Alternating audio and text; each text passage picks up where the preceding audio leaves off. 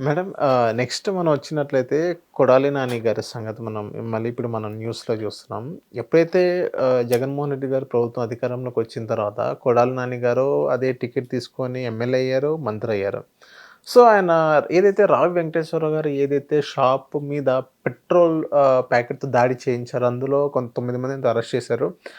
కొంతమంది అదుపులో తీసుకున్నారు. అది అదుపులో పెద్దకొరపాడు స్టేషన్‌లో వేయడం జరిగింది. సో, దీని వెనక అనుచరులు మొత్తం కొడాలి నాని గారి వైపు ఎందుకు వేలెత్తి చూపిస్తున్నాయి?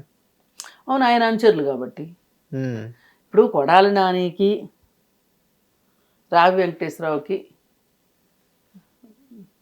విభేదాలు ఉన్నాయని జగమెరిగిన సత్యం. హ్మ్. మరి అలాంటప్పుడు రావి వెంకటేశ్వరరావు మీదకి ఎవరు పంపిస్తారు? రాజకీయ ప్రత్యర్థి కాబట్టి అతనిపైకి కొడాలి నానియే పంపించగలుగుతాడు. హ్మ్. మీకు ఒక ఎగ్జాంపుల్ చెప్పాలంటే మల్లీశ్వర్ సినిమాలో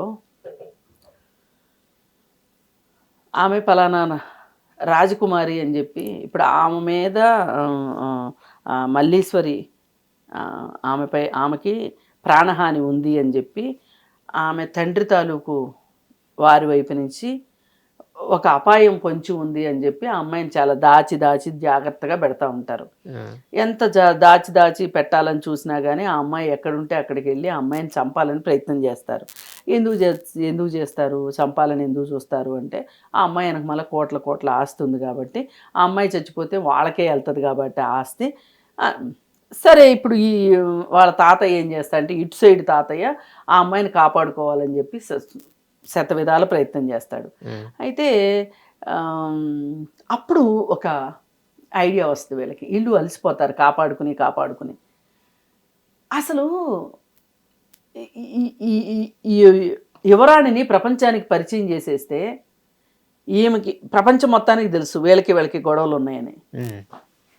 ఈ అమ్మాయి మీద ఈగ వాలినా సరే వాళ్ళే చేశారు అనేది వస్తుంది అని చెప్పి లాయర్ సలహా చెప్తాడు. అవునా? దాన్ని మనం ఇక్కడ అన్వయించుకుంటే అసలు రావి వెంకటేశ్వరరావు మీదకి ఇంకెవరు వస్తారు అంత ధీమాగా ధైర్యంగా? కొడాలి నాని రాయంటే ఆకురవుడి తప్పితే. ఆకురవుడి ఆయనకి మరి అనుచరుల ద్వారానేగా వీళ్ళు చేసేది. వీళ్ళు పెద్ద పిరికి పందలు. నాయకులు ఎవరైతే ఉంటారో వాళ్ళు పిరికి పందలు. ఫ్యాక్షన్ లీడర్స్ కూడా అంతే.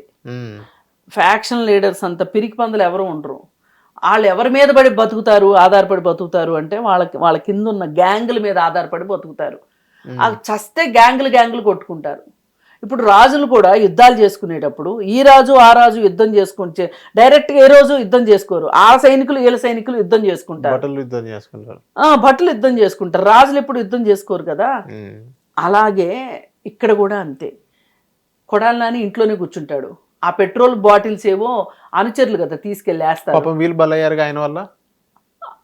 మరి అవ్వాల్సిందంటారు. మరి ఏం చేస్తారు? వాళ్ళకి తెలిసి ప్రమాదంలోకి చిక్కున్నారు కదా. తెలిసి పద్మవ్యూహంలోకి వెళ్ళిన వాళ్ళని ఎవరన్నా బాధపడతారు వాళ్ళ గురించి? అసలు మీ వృత్తే తప్పు. ప్రమాదకరమైన వృత్తిలో మీరు ఎంచుకున్నారు, మీదే తప్పు. మీకు అర్థం కావాలి. మీలాంటి వాళ్ళ ప్రాణాలతోటి చెలగాటమాడి వాళ్ళు నాయకులుగా చలామణి అవుతున్నారు అనే బుద్ధి జ్ఞానం మీకు ఉండాలి. అందుకని రావి వెంకటేశ్వరరావు మీద ఇంకెవ్వరూ చేసే అవకాశం లేదు. కేవలం కొడాలి నానియే చేస్తాడు కాబట్టి కొడాలి నానియే దీనికి కారణం. చేయటం రెండూ నేరమే. ఓకే.